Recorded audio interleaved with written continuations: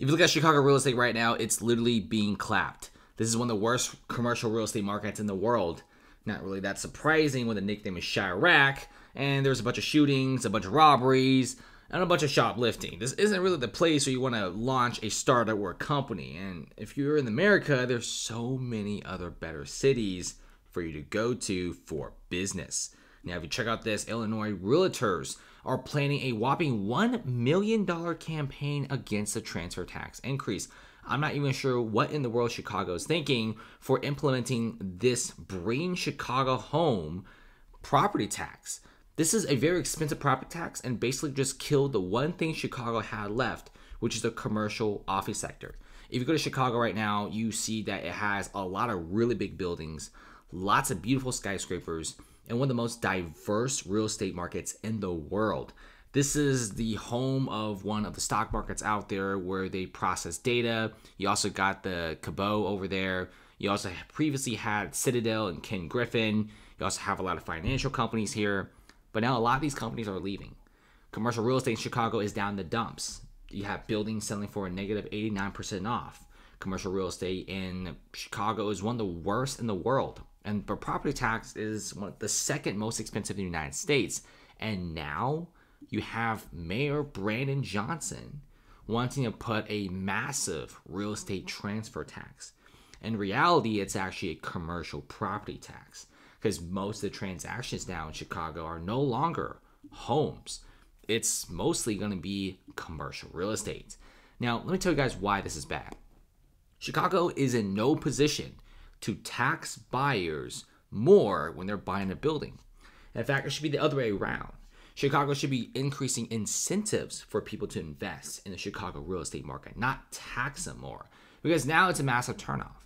Many buyers who initially wanted to buy Chicago real estate are now being turned off by it. They're like, hold on a second. You're telling me the Chicago market is this trashy and you expect me to pay an insane tax for the city?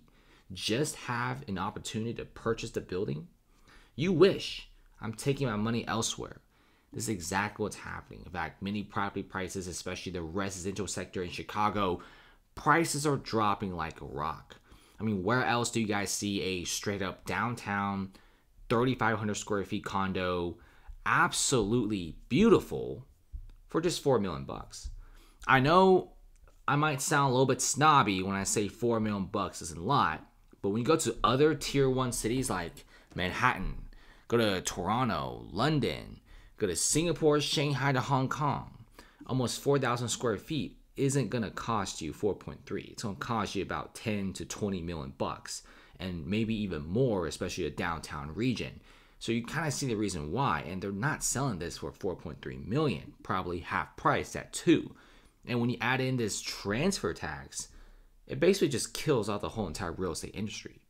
Now, why is Brandon Johnson needing this transfer tax? Why does he need more money when Chicago always had an insane property tax? Remember, these guys already have a transfer tax in place, but they want to launch it to a stratosphere level. And it's basically going to kill off the market because nobody wants to buy when their taxes are this high.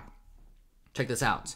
Chicago residents who are lifelong Democrats are suing Democrats because they're saying that their taxpayer resources are being stripped for illegal migrants. In fact, the reason why Chicago needs this money is they're overspending on the migrant crisis. I think everyone would have been cool with it if Chicago took in maybe 3,000 to 5,000 migrants. But they're taking up to like 38,000, 39,000 migrants right now. And this is causing a huge strain in their budget. And check that out. The Chicago Mayor Johnson approval rate is super low, right? Handling of the migrant crisis, 23 to 69. That's a lot of people disliking how he handled it. Crime and safety, 24 to 66. I mean, yeah, the murder rate and the homicide rates, you got shoplifting, robberies, violent crime, all up in Chicago. In fact, it's so bad, some of the richest people in America are now leaving Chicago for Miami and Vegas. Nobody wants to stay in the Windy City anymore. The Windy City is becoming a crime city. It's worse than Gotham right now.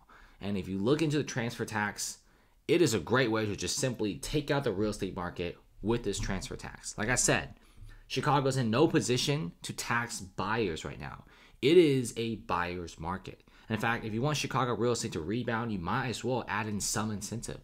Like for each building sold, maybe the government will offer some sort of incentive and maybe make it easier for renovations, or pretty much halting all transfer taxes just so people can actually buy into some of these real estate properties.